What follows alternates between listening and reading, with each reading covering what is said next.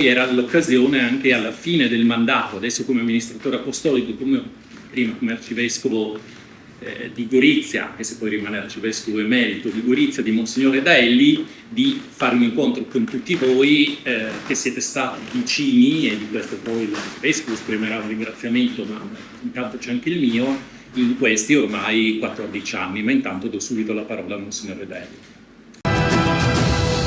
Gorizia, l'ultima di Monsignor Redaelli con i giornalisti. Oggi c'è stata la conferenza stampa per quanto riguarda gli eventi per il saluto alla diocesi, all'arcidiocesi, e l'entrata del nuovo vescovo. E di conseguenza Monsignor Redaelli, assieme ai giornalisti, ha fatto un riassunto, un recap di alcune cose che si sono svolte, ma soprattutto di questi 14 anni di arcidiocesi di Gorizia, di cui è stato l'arcivescovo e di cui resterà sempre, per sempre, arcivescovo emerito. Non è qualcosa che si aggiunge, ma è intrecciata con la realtà di ogni giorno, no? Questo penso sia una cosa molto, molto bella, molto importante. Mi pare che tutti questi 14 anni non ci siano state delle difficoltà, ma anzi mi pare un rapporto sereno, e da parte nostra, parte mia, ma sicuramente grazie anche a Mauro, abbiamo sempre cercato di informare, no, del cammino della diocesi, anche delle scelte, non soltanto iniziative, ma anche del modo di vedere un po' le situazioni, sia quelle per fortuna positive, come può essere stata ad esempio la grande esperienza di Gorizia 2025, sia anche le situazioni problematiche, cito tra le tante, per esempio quella della situazione della rotta balcanica, delle migrazioni per esempio, non ci sono situazioni. Però abbiamo sempre cercato di dire qual era un po' le iniziative che la diocesi faceva e continuerà a fare, e anche i motivi perché li faceva, e grazie di essere riusciti con la vostra capacità anche di trasmettere un po' questo messaggio, no? Quindi in questo senso mi pare doveroso anzitutto ringraziarvi e augurarvi buon lavoro e continuare. Naturalmente sono sicuro con questo rapporto anche con il nuovo arcivescovo Monsignor Giampaolo Dianin.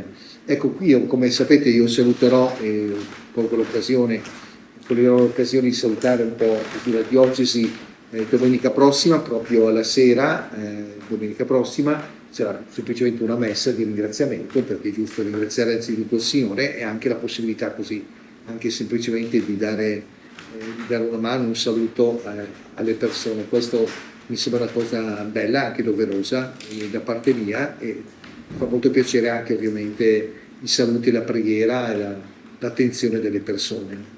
E poi invece il giorno 12, domenica 12, che tra l'altro io 5, essendo ancora responsabile della diocesi, il 5 mattina parteciperò, questo mi fa anche molto piacere, al perdono di Barbara, quindi sarò alla processione con le barche, che come sapete che da Grado va verso il santuario monastero di Barbana, ci sarò al mattino, quindi sperando che non si muoia dal caldo, perché se no vabbè, vedremo, speriamo bene. No, quindi sarà anche questa presenza sicuramente. Ecco, il 12 luglio tra l'altro è la festa, come sapete, dei patroni di Aquileia, dell'arcidiocesi di Grado, di Udine, Magore Fortunato. Negli anni la si è voluta anche caratterizzare come un momento anche di riflessione e di incontro. Si è sempre invitato altre persone, in questo caso ovviamente non invitiamo, naturalmente sarà Monsignor Dianin a scegliere poi come proseguire, ma è sembrata una data significativa per l'ingresso del nuovo arcivescovo.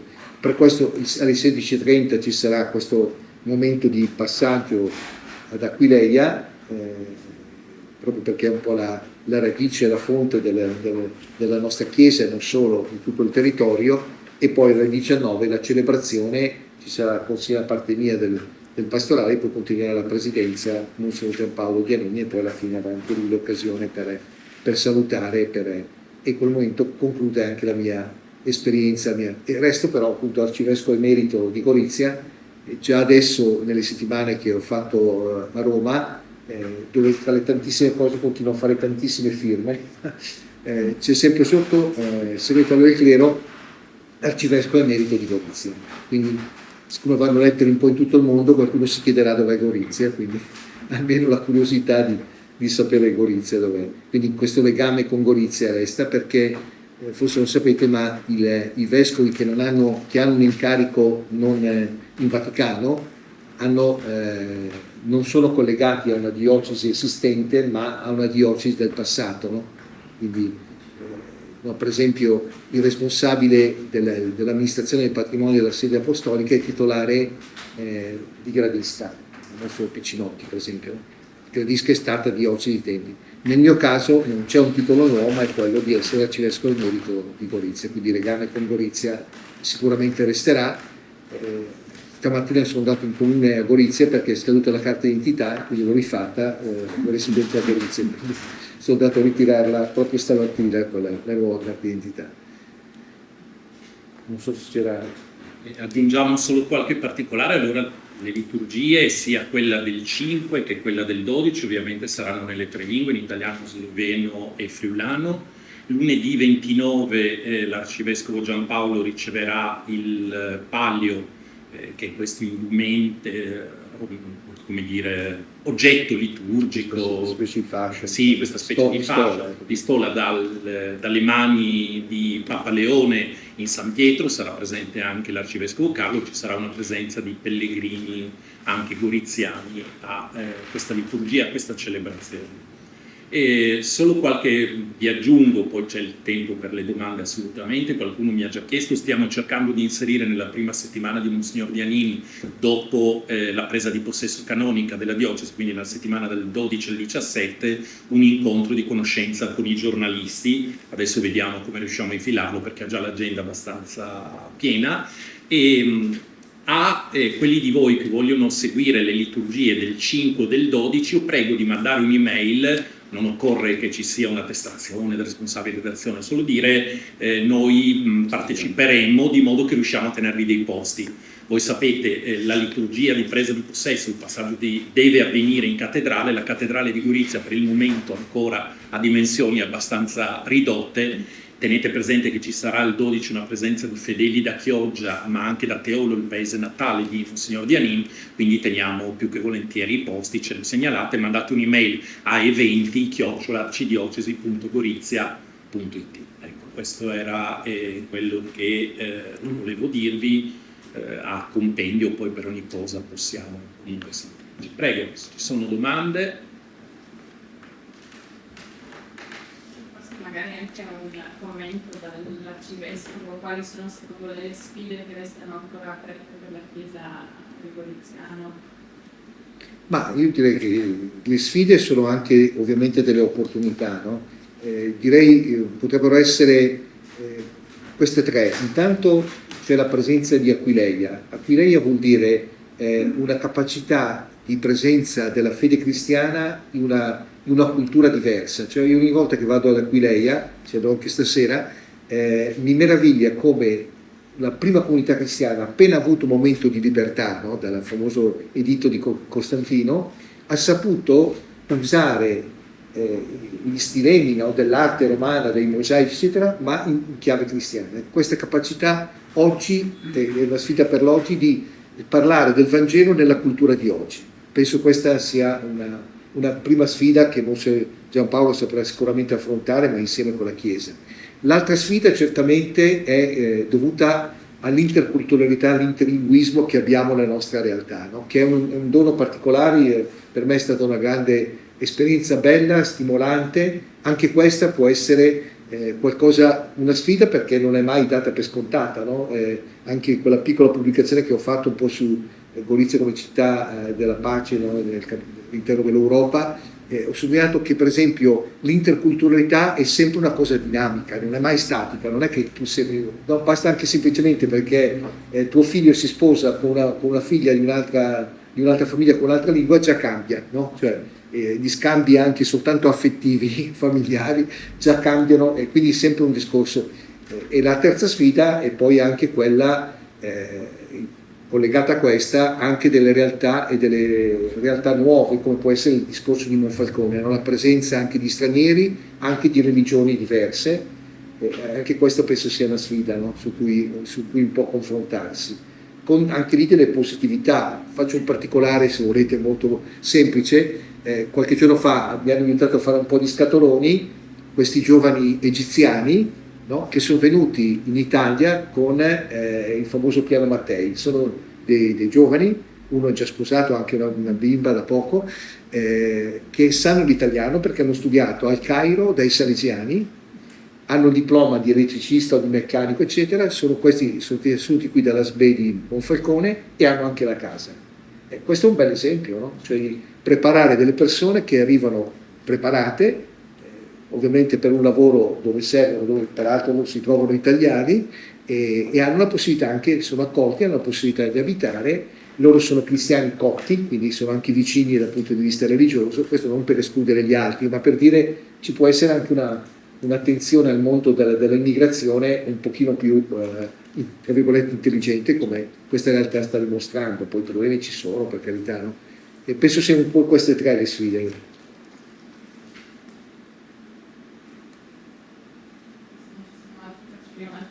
Prego. Immagino ci siano stati molti momenti anche molto profondi in questi tanti anni, e non so se ci può raccontare magari anche qualche proprio specifico aneddoto riguardante Gorizia, anche il Virtuci, o qualcosa che lei personalmente, per lei è stato molto, molto significativo. Ma sì, certamente ce ne sarebbero tanti, no? Ma mi ricordo uno intanto con i giovani. Nel 2018 abbiamo fatto a piedi, l'ho fatto anch'io con loro, da Caporetto ad Aquileia per poi andare a Roma, no? In più giorni. Fare a piedi insieme con i ragazzi, peraltro faceva caldo anche allora, l'unica cosa che ho chiesto, dice: ragazzi, non fatemi dormire per terra, chiediamo ospitalità a un parroco che ci dia almeno un letto, no? Perché vabbè, sul resto, quella però è stata un'esperienza, qualcuno me l'ha ricordata anche recentemente, pur passati ormai parecchi anni, perché stare insieme con i giovani, camminare insieme, questa è una cosa davvero molto bella. Poi si ricordava le Via Crucis, no? Soprattutto le ultime abbiamo fatto transfrontaliere, che anche quello hanno detto che sulla base della stessa fede si può fare qualcosa insieme, no? Certamente poi l'esperienza dell'anno scorso di Gorizia 2025, anche quella veglia per la pace che abbiamo fatto con il Consiglio permanente della CEI, quindi con la rappresentanza di vescovi italiani di tutta Italia e la presenza slovena, anche c'era croata, penso sia stata anche quella un'esperienza davvero molto bella, ma penso che i ricordi siano anche tanti. Che cosa si porta dietro della sua esperienza di pastore con i presbiteri della diocesi? Ma sicuramente io ho visto intanto i nostri preti, come tutti i preti, sono fatti alla loro maniera come sempre, no?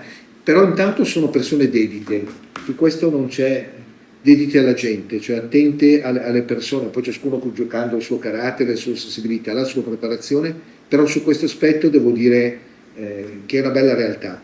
Poi certamente, ma questo fa parte di ogni realtà, un cammino a essere più insieme come presbiterio, no? Una maggiore, che in realtà c'è la fraternità, no? Magari più, però potrebbe davvero essere, ma penso che Monsignor Dianin possa fare un bel lavoro su questo aspetto. Lui è stato a lungo responsabile del seminario, scusate, a Padova, ma anche di seminari in questo senso. Lui continuerà a essere un collaboratore del Dicastero del Clero, dove vado a Roma, perché lui è l'incaricato, è il visitatore dei seminari d'Italia. Quindi lui ogni anno va a incontrare, stando più giorni, un seminario e poi dà la relazione proprio al Dicastero del Clero. Quindi ha anche una particolare sensibilità sicuramente per quanto riguarda i sacerdoti. Però devo dire, avendo girato un po' con la Caritas altre diocesi, anche qui senza troppo orgoglio, però mi pare che il nostro presbitero è una bella realtà. In altre realtà c'è anche un po' più fatica, ecco, a volte perché magari mancando le vocazioni, mentre un caro amico vescovo in centro Italia, una piccola diocesi, più o meno forse una più piccola di Gorizia, con 18 lingue diverse, quindi mettere insieme anche solo cultura e sensibilità non è facile. Da noi c'è una buona. E poi c'è stata anche in questi anni la gioia delle ordinazioni, no, di sacerdoti, e ne abbiamo ordinati 4, poi ci sono 5 seminaristi, quindi anche questo può essere un bel segnale, speriamo che possano continuare. Ricordo durante una delle interviste che facevo, no, la sua perplessità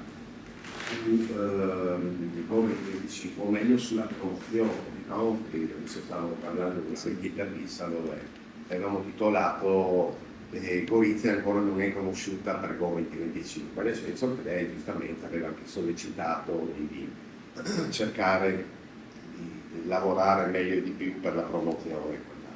Adesso ormai il treno è passato, secondo lei adesso Gorizia sanno davvero cos'è, al di là del fatto che lei è arcivescovo emerito, sanno cos'è Gorizia, dove è Gorizia? E la seconda domanda potrebbe essere, lei è arrivato a Gorizia, ha trovato una città di un tipo, adesso se ne va, trova una città diversa, cambiata, migliorata, peggiorata, non lo so. Ma devo dire, l'esperienza dell'anno scorso, pur con i suoi limiti, comunque ha messo un po' al centro Gorizia, l'ha fatta conoscere sicuramente di più. Probabilmente, ma l'ho detto nell'omelia che ho tenuto nella festa dei patroni Gorizia a marzo, il 16 marzo, che Gorizia, per quel che posso capire io, no, questi anni, rischia o di sovrastimarsi o di sotto, cioè la giusta misura, no, di una città che non è la capitale, non è, però è una città molto interessante per la storia, per la cultura, per le lingue, per il paesaggio, cioè ha delle potenzialità notevolissime, no? Senza pensare a cose super straordinarie, ma già partendo dalla realtà che c'è, ha delle opportunità notevoli. Probabilmente un po' ha saputo viverle, ha migliorato sicuramente anche l'aspetto anche urbanistico della città, eccetera, probabilmente ci deve credere di più. E deve organizzarsi meglio, anche qui non so se vado via, quindi posso pensare che, no, a me è capitato anche recentemente, siccome ci sono un po' di turisti che passano dalla piazza e dice scusi dov'è che si può andare a mangiare? Dico guarda in Slovenia, no, non lo so se cioè anche solo, l'ho detto sì, dico, fate dei tour, non so, costringete i ristoratori, eccetera. Non so, sembra una cosa banale, ma anche offrire dei servizi, no, che questo è importante, no? Che qualcosa c'è stato in più, no? Ma anche dare anche solo dei cartelli indicatori, cioè favorire una conoscenza maggiore della città, perché è una realtà bella, quindi sicuramente chi viene qui ci torna volentieri e qualcosa è stato fatto, anche il discorso anche della Galleria Bombi, cioè ci sono state diverse cose, il castello, ma si potrebbe sicuramente fare di più. A me non dispiaceva se fosse valorizzato di più anche l'aspetto universitario. Mi pare che adesso chiuda, no, il Kinemax, come si chiama il DAMS, quella è un po' una perdita. Mi pare che arriva fosse un'altra facoltà, se non ho capito male, però insomma, anche questo aspetto Vanno via 300, vengono non lo so, però è un peccato perché certo bisogna offrire qualcosa anche ai giovani, no? Che so, i giovani un po' di rumore devono anche farlo, no? Quindi, no, però insomma, però qui sarebbe una bella città anche sotto il profilo universitario, no? Uno stimolo. E anche qui nel piccolo come diocesi si è cercato di fare un po' di potenzialità. Parlavo poco fa con il nostro attivista, poi sapete nell'ex seminario adesso viene trasferito l'archivio storico, dice c'è la biblioteca, è tutta una realtà che anche culturalmente può diventare interessante, ma ci sono parecchie cose qui a fanno anche fare. le San Giuseppe, no? Che ha questa destinazione. Esattamente, no? Speriamo perché no, come diocesi quel piccolo che si è riusciti a fare abbiamo cercato di farlo, insomma, per quel che si è riusciti dopo. Però se Gorizia ci credesse di più, senza sogni strani, valorizzando, no? Perché ha strutture belle anche dal punto di vista sportivo, no? C'è il palabicotto, adesso mi pare che lo usa forse Trieste, lo userà, mi pare la pallacanestro, non lo usa. Ma voglio dire, no, non lo so, ho fatto finta di usarlo. È solamente sulla carta. Ecco, però per dire, hai lì una struttura da Serie A, caspita, anche solo utilizzarla in qualche maniera o no, non lo so, ci sono tante, cioè senza inventare cose nuove, penso tutta alla realtà della fiera che li vuota, no? Anche lì sarebbe da pensarla, non so. Bisogna domandarlo ai friulani. Non so, vabbè. Beh, però, Cosa si porta via lei come persona, come uomo, come sacerdote da Gorizia? certamente questo aspetto di attenzione alle persone, di arricchimento di conoscenza delle dinamiche delle persone. Mi spiego, lì dove sarò a Roma dovrò occuparmi soprattutto di situazioni varie, no? Un po' di tutto il mondo, no? Però un conto occupartene sulla carta, no? Un conto con un'esperienza che dice al di là della carta o di chi ti racconta le cose ci sono situazioni di persone. Questo penso sia quello che posso portare a Roma in maniera particolare. Come ha affrontato l'esperienza della zona bilingue? E beh, quello è stato interessante, no? Questo è molto stimolante parlare lingue. A parte che anche adesso dove sono a Roma ci sono lingue un po' di tutti i tipi, quindi è interessante, c'è tutto il mondo, è interessante. Però dietro la lingua capisci c'è una cultura, c'è una sensibilità, quindi questo... Ma anche dove sono ospite, in questi giorni non avendo ancora trovato casa, almeno ci sarà, ma sembra complicato, sono ospite al Collegio Lombardo, dove ci sono degli studenti non solo da Lombardia, e ieri mattina a colazione sento uno che mi dice Dobro Jutro, perché è un giovane prete sloveno che studia e abita lì, per esempio, no? Quindi, ieri ha ricordato che era la festa della Slovenia, tra l'altro, quindi ci ha ricordato anche questo. Bene, allora Bene, grazie. Adesso grazie. l'arcivescovo Carlo è disponibile se qualcuno vuole fare delle domande. Oppure, sì, prego. E grazie ancora, buon lavoro. Grazie a lei.